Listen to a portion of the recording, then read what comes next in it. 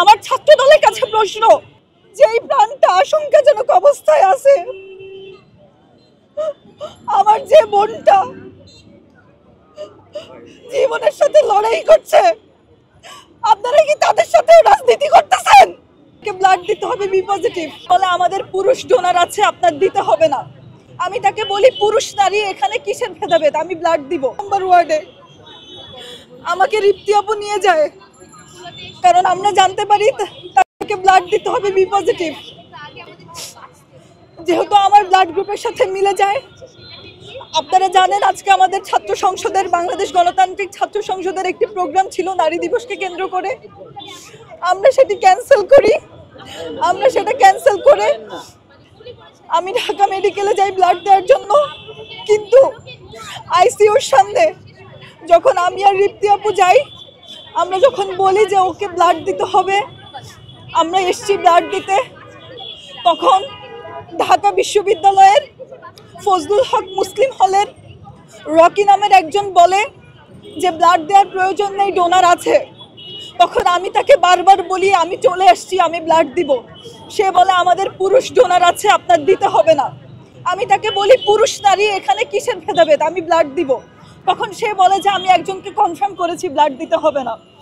পরবর্তীতে রিপ্তি আপু বলে যেহেতু একটা ছোট্ট প্রাণ, একটা শিশু আসিয়ার জীবন আশঙ্কাজনক, তাহলে কেন আমরা অপেক্ষা করবো আপনার ডোনারের জন্য, এখনই ব্লাডটা নেন আপনারা। কিন্তু রকি ভাই আছে, সে সেখানে বাধা দেয়। সে বলে আপনারা চলে যান, ব্লাড দিতে হবে না। তারপরে রিপ্তি আপু আমাকে সরিয়ে তাকে রিকোয়েস্ট করে যে ওকে ব্লাডটা দিতে দেন, এটা একটা মানুষের জীবনের ব্যাপার। তখন তাকে বলে আমি এখন মামলা নিয়ে কাজ করছি, মামলা সংক্রান্ত কাজ করছি, আপনাদের চিন্তা করতে হবে না, আমাদের ডোনার আছে। কিন্তু সেখানে সেই মুহূর্তে কোনো ডোনার উপস্থিত হয়নি। একজন ডক্টর এসে আমাকে ভেতরে নিয়ে যেতে চায়, সেটাও নিতে দেওয়া হয়নি। পরবর্তীতে আমি জানতে পারি সে ঢাকা বিশ্ববিদ্যালয়ের ফজলুল হক মুসলিম হলের ছাত্র দলের একনিষ্ঠ কর্মী।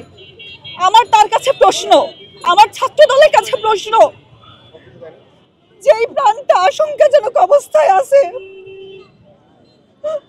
আমার যে বোনটা জীবনের সাথে লড়াই করছে, আপনারা কি তাদের সাথে রাজনীতি করতেছেন?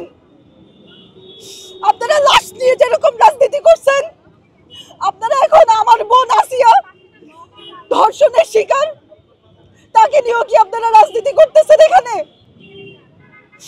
আমার আর কিছু বলার নাই, আমি শুধু এতটুকুই বলবো যে